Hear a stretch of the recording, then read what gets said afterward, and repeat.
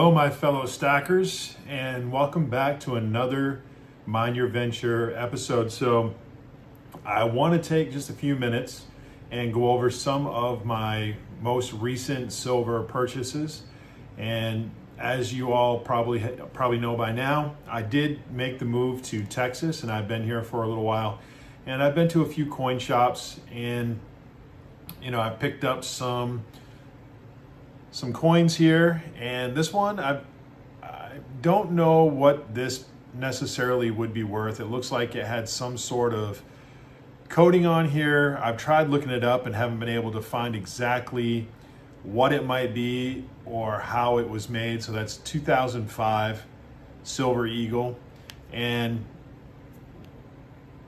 I did get this one at a pretty good deal. So the guy sold it to me at $1 over spot.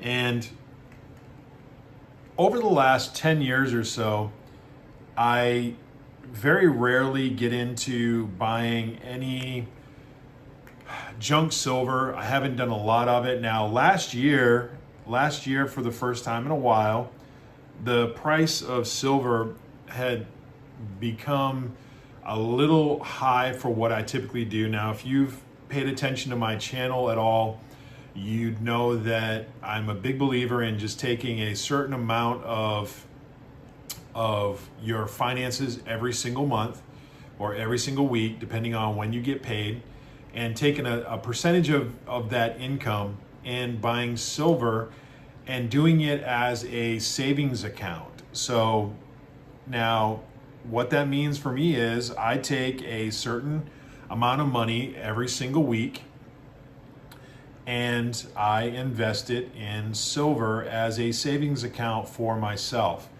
So that for me is and has been somewhere right around the $25 to $30 a week. So now, what does that get you for silver? Well, until last year, you could get a little over an ounce. So if you didn't purchase every week, every couple of weeks or so, you could get yourself a couple ounces of silver. Now, I do not necessarily go and just buy full ounces of silver. There are times when I buy constitutional and 90%. But for the most part, I do like to purchase full ounces of silver. And there are many reasons for that I have covered in other videos. And the reason why I am a big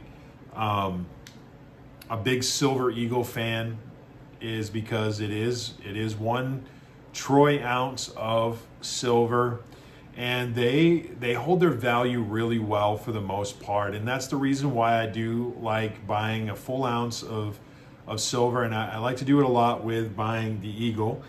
And with that, for the most part, when silver for a long time was in that $20 to $22 range, sometimes dropping down to $18. I could get one of these at $20, $25, and then I would go and buy some just, generic junk silver, and, picking up a few dimes here and there to top off my full purchase and keep it, around that $30 mark for me is something that I like to do. So I would pretty much stick to getting either an Eagle, and once in a while I would go ahead and get some generic rounds, like this one here. This is a very common Buffalo round, and this is something that a lot of people are familiar with out there in the community. And typically you can get these about $1. I did find a place here where I can get as many rounds as I want, and they have them at $1 over spot. So I found a really good place here in Texas, and as I continue to go there, maybe they'll allow me to come in and show some of the stuff they have. They have some wonderful pieces there. And it is where I picked up these here, and I got a pretty good deal on this one. I got this one right here at $26. So really good on this one. And I did pay a little bit more for this one here, when I went and got this one. So now, over the last few months, silver's been at a rate, and it's been hovering right around the $30 mark. And when I only have $30 to spend, most places will not sell you rounds or sell you eagles. So I've had to wait to go in and make purchases. Like I did for this one here, I had to wait a couple of weeks because it cost me about $35, right? As I was looking around, now I did go into a shop and it wasn't great. And, silver, the spot price for silver that day was, right around 29 something. And I ended up paying almost $36 for this. So I wasn't happy about the purchase, but I had made my way over there. I'm in a new area. I've been looking, and this was actually cheaper than some of the other places I went into, and I wanted to get my silver. So I decided to go ahead and make the purchase of this. And I did buy, a couple of their junk silver to top off my $60 purchase for the $30 a week. So, it's been a little bit of a challenge here to try and find a good shop. Now I know shops need to make money, and I don't necessarily, I'm not angry at the store that I got this from, the coin shop that I got this from. They need to survive as well. And, they got to be able to buy this stuff from people and be able to resell it so they can stay in business. And I don't have a problem with it. And like I said, I did buy this from one of the places. And, as you continue to search, you can find places out there that'll give you what you need. Now, I bought a lot of this stuff recently at the place that I just found, and it had been a couple of weeks. So I had a little bit of extra money to go and spend because I've been holding out on making any silver purchases for a little bit. And it ended up, I was able to, over the last 6 months, I've been really trying to get enough of these quarters,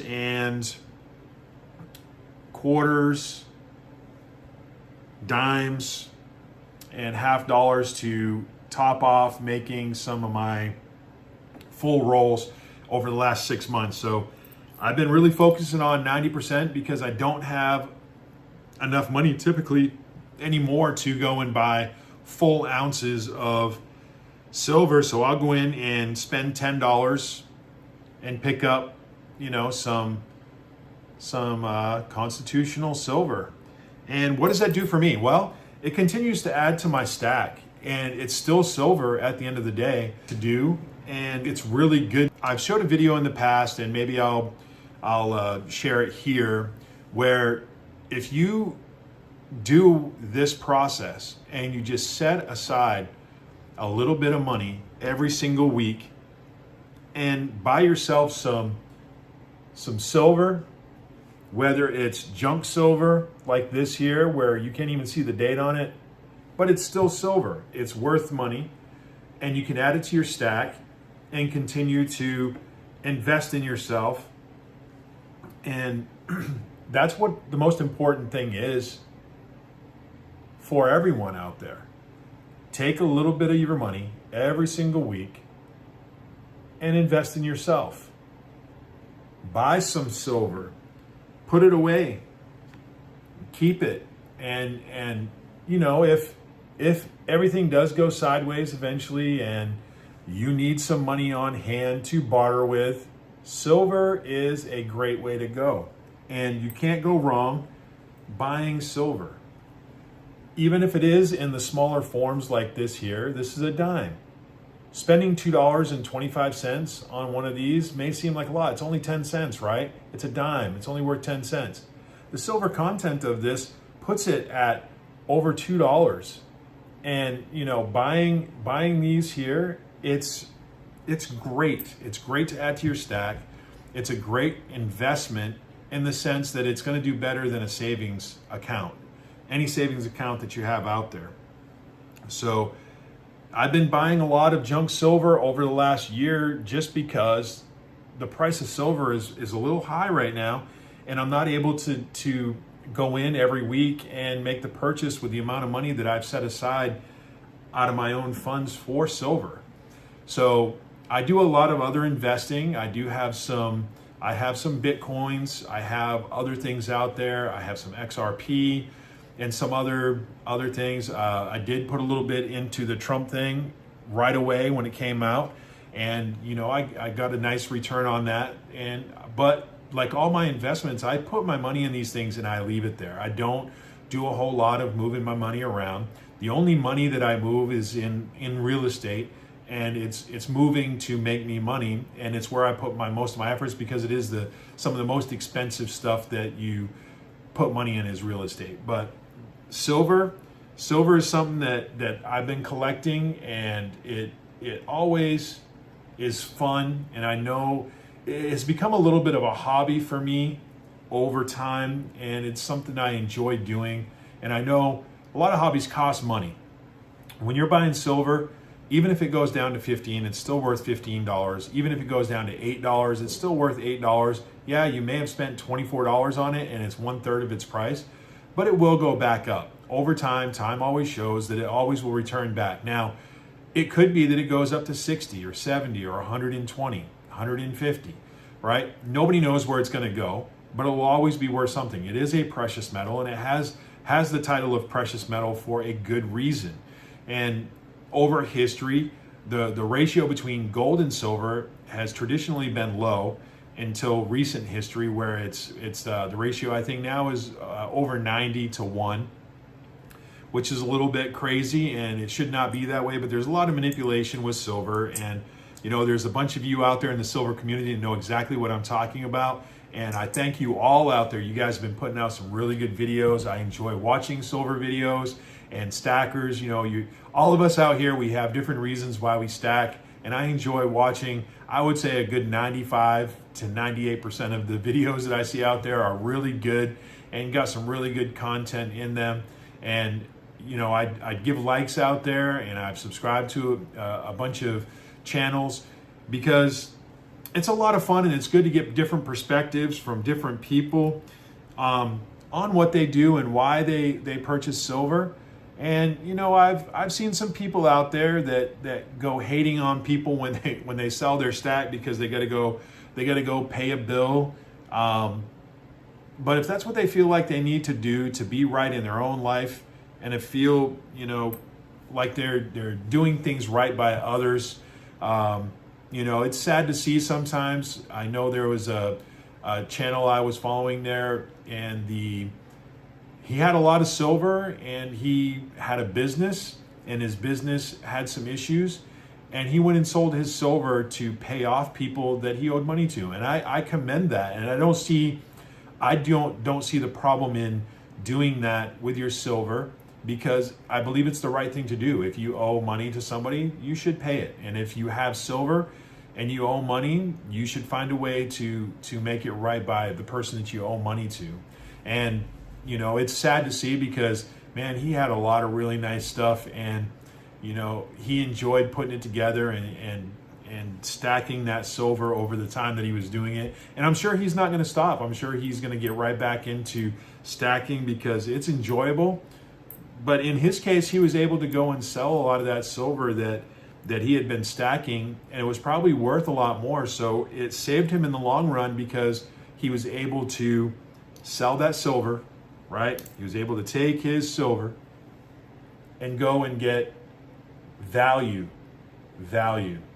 There's value in silver. It wasn't something that he was just putting aside that wasn't worth anything. It bailed him out in his time of need. And a lot of the stackers out there, that's what we do it for. We do it because it'll be there in our time of need. If there ever comes a time and we need it, it's going to be there for us. So if that time comes for somebody else and their time of need, then let it be so for them. And I'm sad for some people when they have to get rid of their silver, because it's fun for me, and I by the grace of God, have not had to go and sell my silver for bailing me out or helping me out in a time of need. I feel really blessed with what I have, and I thank God, and I give God all the glory for it. And I'm thankful to be in a place where I can buy silver, and for the most part, I don't have to pay taxes on it.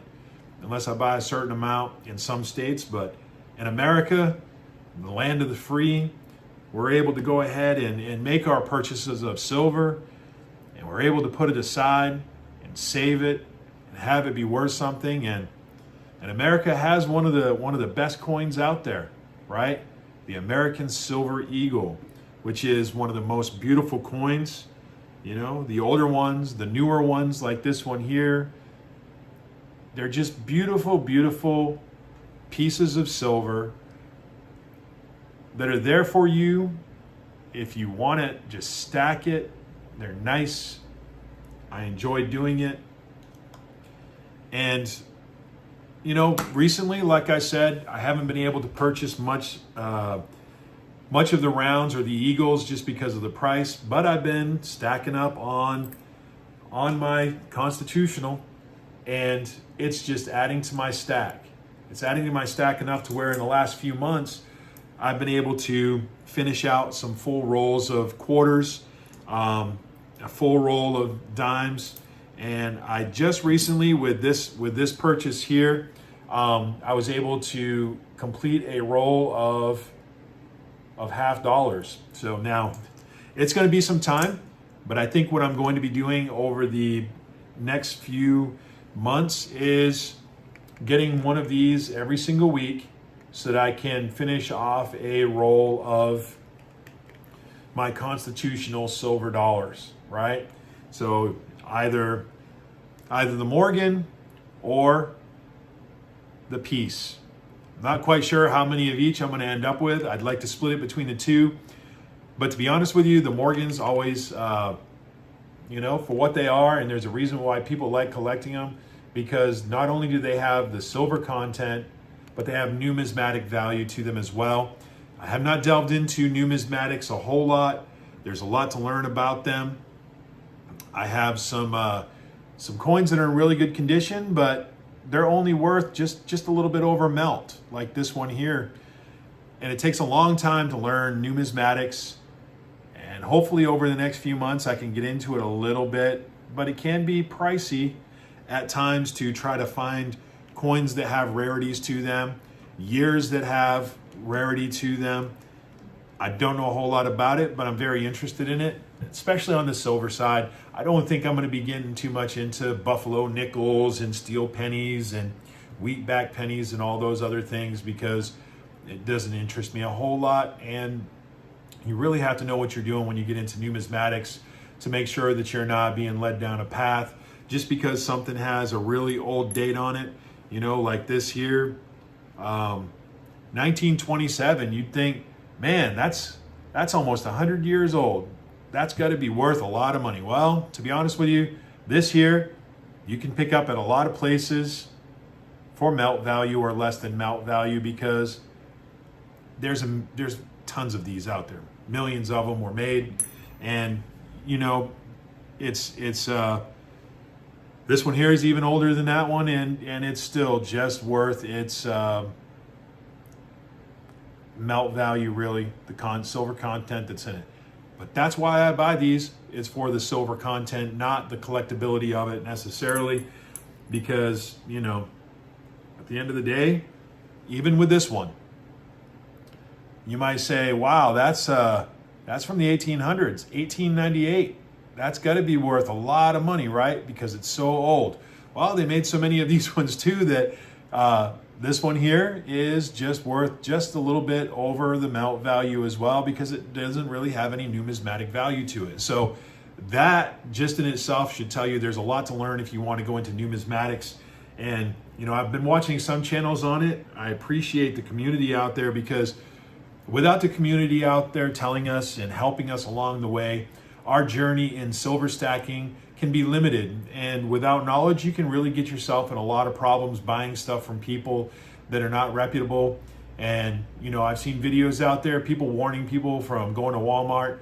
And yeah, people should be educated on what they need to do. I'm not going to blame Walmart for selling what they're selling. They're in business to make money just like everybody else.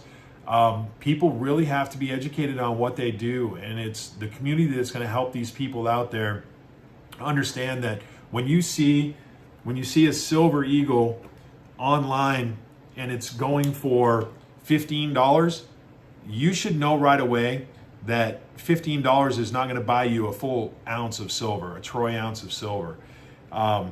Just be aware of the silver prices out there. Before you ever go into a shop to buy silver, please do just a little bit of due diligence and understand, at the very least, go and look at the price of silver before you go in to make a purchase, or before you go in and sell some silver. Recently had a friend that had some silver and a bunch of other foreign coins, didn't know anything about it, and without knowing what you have, you could lose some money. He had an old silver coin in there from 1716. It was 94% silver content in that, and a lot of places online were only having that coin, saying that the price of it was only worth about $30, which is the melt value. But it is an old coin, and I actually took it to a place to get it rated and to get some real value and to find out what it was really worth. And they were willing to give him $80 for that. Now, I did recommend that he hangs on to it. It is a very old coin, and the right buyer, he could probably get a lot more than $80 for that coin, just because it's old and they did not make very many of them. So to the right collector, it could be worth a lot of money. But just like anything else, numismatics, you're depending on what somebody else thinks it's valued at. And that's why over the years, when I'm investing in silver, I stick to the basics for myself. I'm not saying that is for everybody. I really enjoy watching the videos of the guys out there that do get into the numismatics. It's amazing to me to see some of those older coins and to understand the problems that made it worth as much as it's worth. Some of the double strikes and some of the coins out there that were stamped on the wrong planchet and all the other stuff. It's just amazing to learn and to see out there. So I really do appreciate you all out there, and please like and subscribe to my videos. It helps a lot. It encourages me to make more videos.